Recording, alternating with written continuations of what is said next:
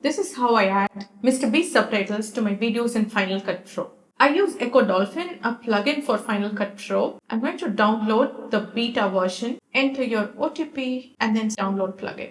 You see this DMG file, just double click on the DMG, drag and drop to applications, search for EchoDolphin. First install fonts. The destination folder for installing the fonts is under your username library fonts. Click choose there. The next one is install presets. Folder in which the presets needs to be installed is given here for your reference. Inside movies, motion templates localized, and then titles localized. So movies, motion templates localized, titles localized, and choose. Font installation complete, preset installation complete. Quit. Finally, open Finalcut Pro.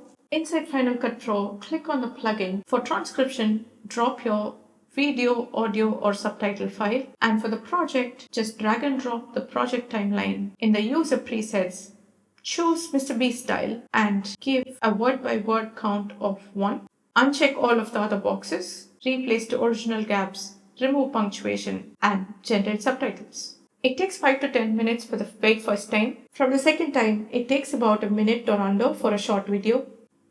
Once we have the SRT file, just import it back to FCP.